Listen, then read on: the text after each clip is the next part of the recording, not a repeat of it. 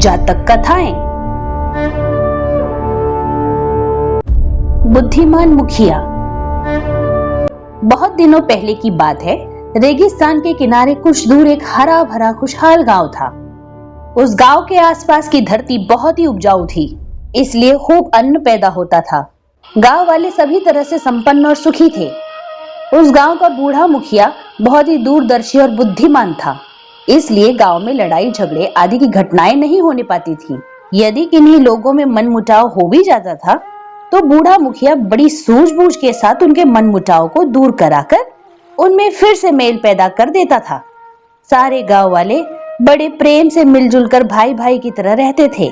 दुर्भाग्य से एक बार वर्षा नहीं हुई। गांव के पास बहने वाली नदी और आसपास के तालाबों का जल सूख गया।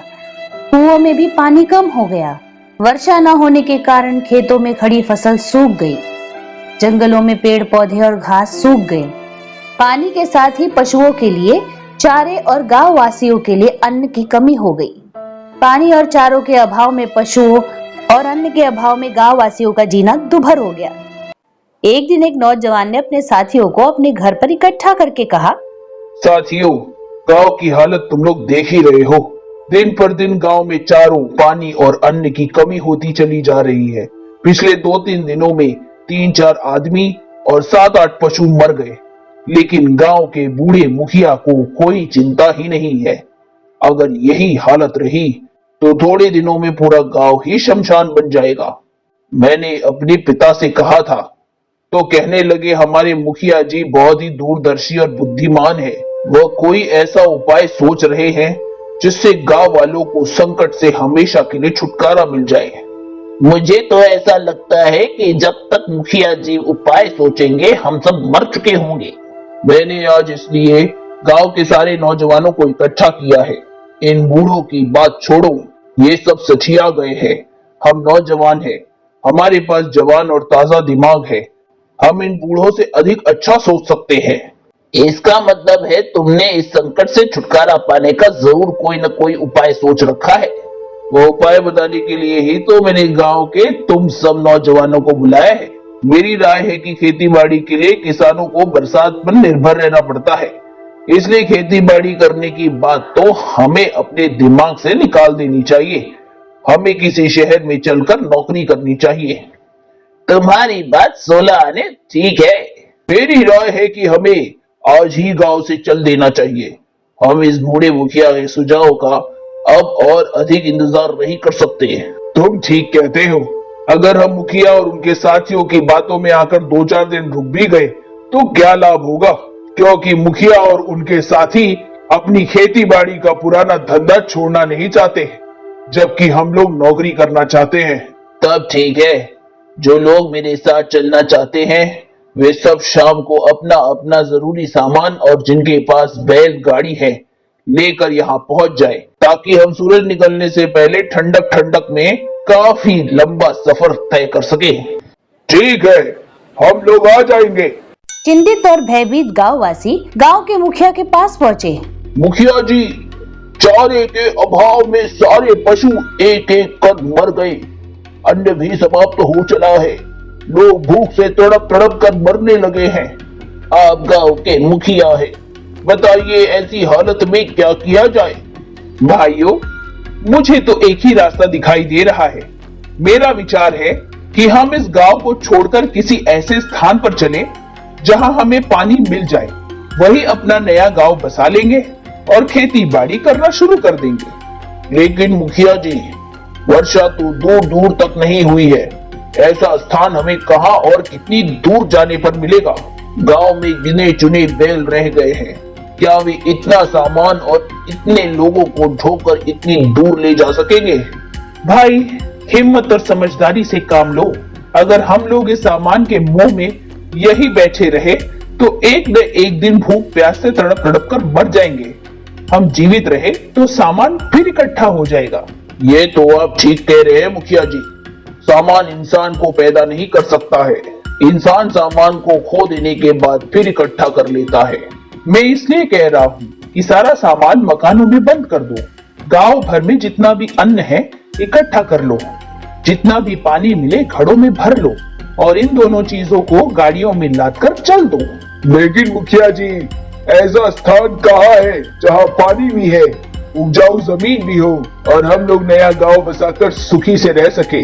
हमारे गांव से कुछ दूरी पर शुरू होने वाले रेगिस्तान के पार ऊंचे ऊंचे पहाड़ हैं, जिनसे नदियां निकलती हैं, झरने फूटते हैं। उन पहाड़ों की तराई में भरपूर पानी भी है और उपजाऊ जमीन भी है।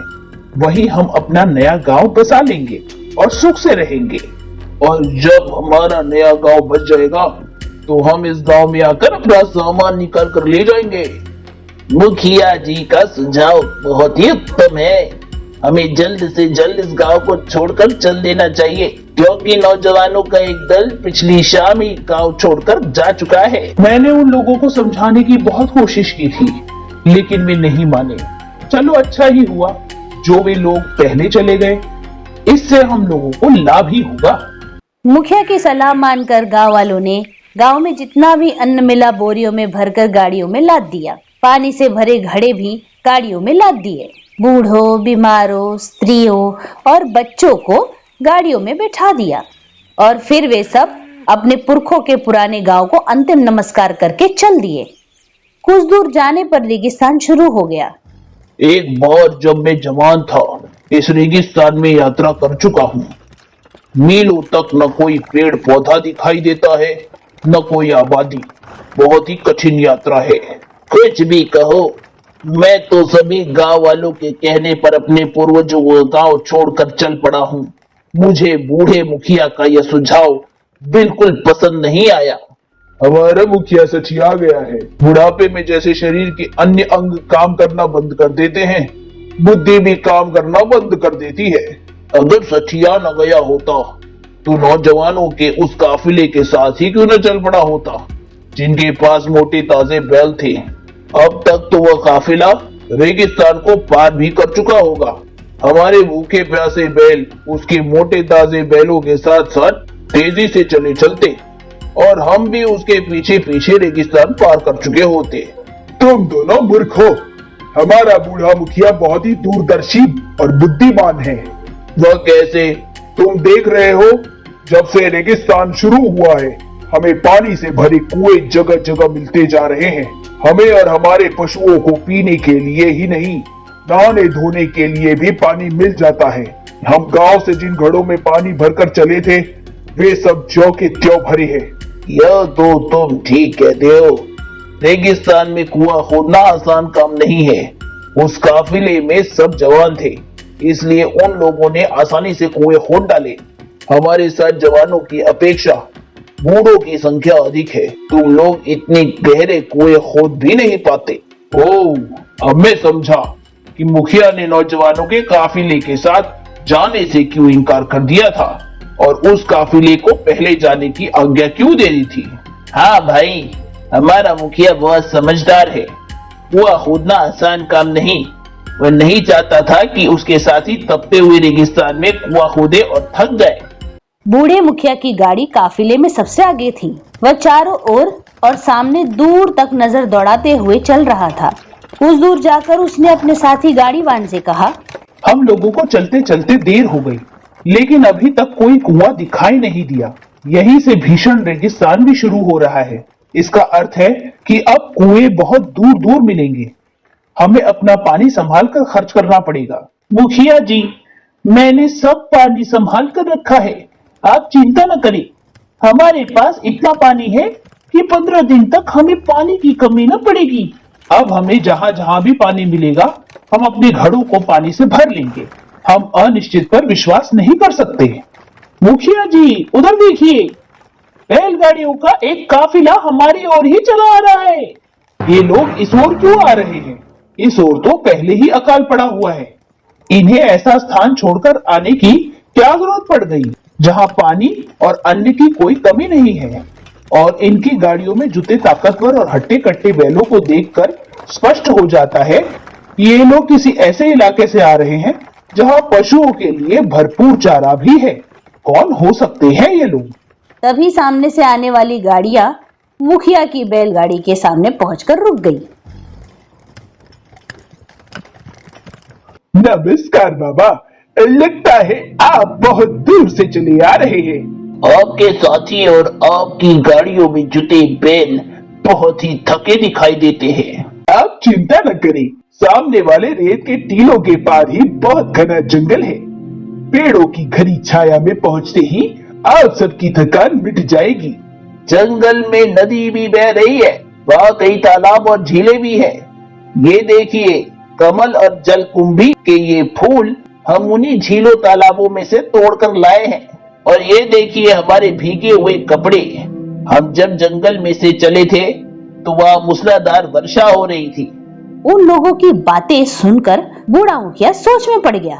सामने से आने वाली गाड़ी में बैठे एक आदमी ने अपने सरदार से कहा, सरदार, कितने मूर्ख है ये लोग। उस ओर पानी झोंकर ले जा रहे हैं जहाँ कदम कदम पर तालाब, झीलें और नदियां है। सचमुच उस ओर पानी झोंकर ले जाना मूर्खता है। बाबा, बेकार ही आप पानी ढो रहे हैं। अधिक बोझ होने के कारण गाड़ियां धीरे धीरे चल रही हैं।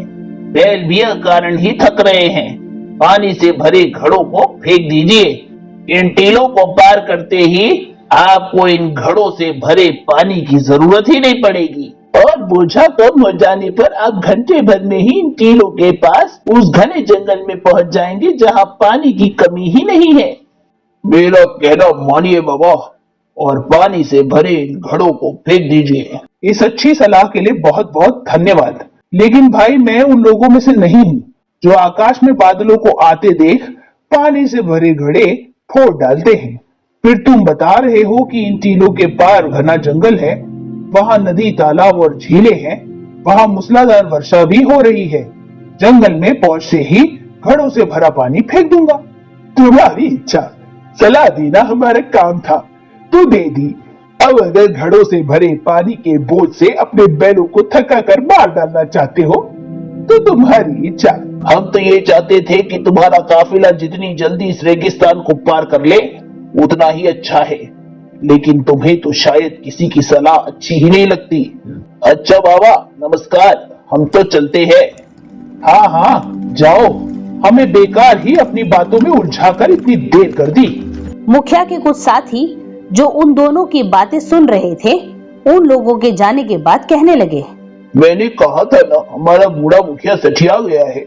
जब इन टीलों के पार घने जंगल में पानी की कोई कमी है ही नहीं तो बेकार पानी ढोने से क्या लाभ। सच पूछो तो पानी से भरे इन घड़ों के कारण ही हमारे बैल तेजी से चल नहीं पा रहे। मुखिया की जगह मैं होता तो सारा पानी फेंक देता। तो अभी क्या बिगड़ा है, चलकर सारा पानी फेंक देते हैं। चलो मुखिया जी, आपकी बात हमारी समझ में नहीं आई। जब इन टीलों के पास घने जंगल में पानी से भरी नदी, झीलें और तालाब है तो फिर इस बोझे को ढोने की क्या जरूरत है।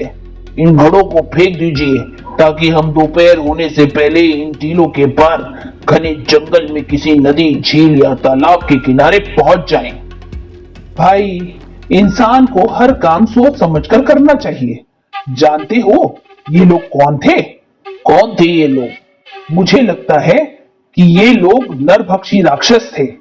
हमें बहकाकर हमारा पानी फेंकवा देना चाहते थे ताकि हम रेगिस्तान के बीचों बीच पहुंचकर प्यास से तड़पकर मर जाएं और ये राक्षस हमें और हमारे बैलों को आसानी से खा डाले। लेकिन मुखिया जी, ये लोग तो बता रहे थे कि इन टीलों के पार घने जंगल है जहाँ नदी है, झीलें है, तालाब है और वहाँ मूसलाधार बारिश भी हो रही है। सब झूठ है। यह पूरा रेगिस्तान मेरा देखा हुआ है। अभी कोसों घना जंगल तो दूर, छोटा सा पौधा भी नहीं दिखाई देगा। लेकिन उनके वे भीगे कपड़े और कमल तथा जलकुंभी के फूल। मैंने बताया ना, ये सब लोगों को मार डालने की उनकी चाल थी। चलो गाड़ियों में बैठो और अच्छी तरह गार्ड बांध लो कि हमें इसी पानी के सहारे इतना लंबा चौड़ा रेगिस्तान पार करना है। इन टीलों के बाद घने जंगल के बजाय तुम्हें दूर तक फैला रेगिस्तान ही मिलेगा। सब लोग अपनी अपनी गाड़ियों में जा बैठे। काफिला फिर आगे की ओर बढ़ने लगा। कुछ भी कहो, मैं बूढ़े मुखिया की इस बात को नहीं मान सकता कि वे लोग मानव भक्षी राक्षस थे। अब टीले दूर ही कितने रह गए हैं। अगर इन टीलों को पार करने के बाद जंगल नहीं दिखाई दिया तो मानना ही पड़ेगा कि बूढ़े मुखिया की बात सच है। और उसने पानी न फेंककर समझदारी का काम किया है। मैं तो फिर भी यही कहूंगा कि हमने नौजवानों के काफिलों के साथ न जाकर मूर्खता की है। अरे ये क्या? ये गाड़ियों और इंसानों तथा पशुओं की हड्डियों का ढेर कैसा दिखाई दे रहा है? ये तो नौजवानों के उस काफिले की ही बैलगाड़ियां दिखाई दे रही है। तब तो निश्चित रूप से हड्डियों के ये ढेर उस काफिले में शामिल नौजवानों और उनके बैलों की हड्डियों के ही है। कुछ देर बाद बैलगाड़ियां हड्डियों के उन ढेरों के पास पहुंचकर रुक गई। मुखिया जी, ये तो उसी काफिले की गाड़ियां दिखाई देती है जो हमसे पहले रवाना हुई थी। हाँ भाई, ये गाड़ियां उसी काफिले की हैं और हड्डियों के ये ढेर उसी काफिले के अभागे इंसानों और बैलों की हड्डियों का ढेर है। उन्हीं नरभक्षी राक्षसों ने इन्हें मार डाला होगा। इन हड्डियों के ढेरों और जहां तहां बिखरे खून के धब्बों को देखकर तो ऐसा लग रहा है कि ये काफिला यहाँ से 2 दिन पहले ही पहुंचा था। इन नरभक्षी राक्षसों ने उन लोगों के साथ वैसी ही कोई न कोई चाल चली होगी जैसी हमारे साथ चलना चाहते थे।